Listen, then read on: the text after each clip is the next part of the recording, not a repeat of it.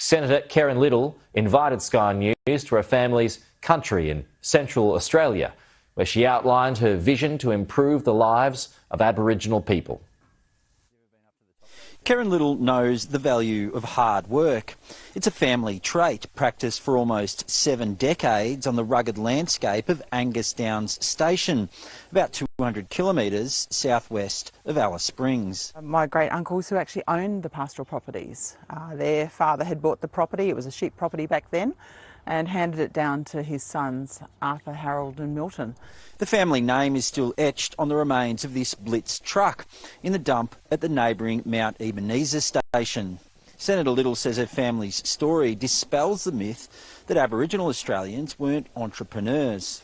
Here you have people who had several businesses, they had customers who wanted to buy from them, they had initiative, they wanted to add to the economy and create wealth the same as everyone else. The Senator is taking us on a tour of her family's country in Central Australia to help us understand what drives her. So what's it called? It's a bush tomato. They're very sweet. It's so good. Senator Little's grandfather, Harold, served in the Australian Army. Her father, Jeff, married an Aranda woman and the couple had 5 children. Born in Alice Springs, Senator Little and her 4 siblings spent much of their formative years at Angus Downs, fencing, mustering and anything else that was required.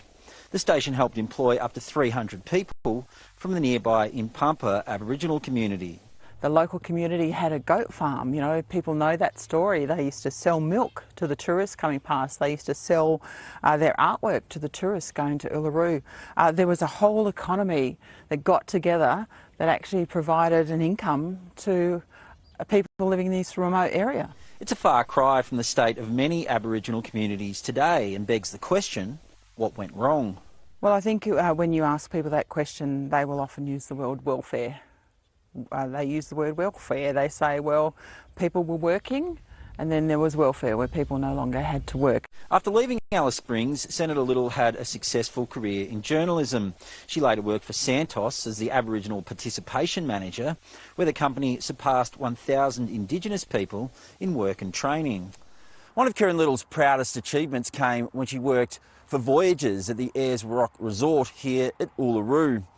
She was determined to get people from the remote community of Mutijulu at the base of Uluru into real employment. We reached 400 Aboriginal and Torres Strait Islander people employed there, and we had almost 20 people from the local community. When I first started there was 1. It comes as no surprise that employment is a key focus for Senator Little in her new role as Shadow Minister for Indigenous Australians.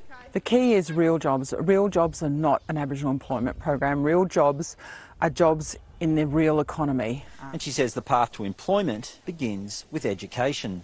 You have to get kids into school. We have to find a way to continue to talk more, not about things like treaty and truth-telling and voice, but about getting parents to get their kids to school, about kids actually having belief that when they go to school, it's going to result in a job.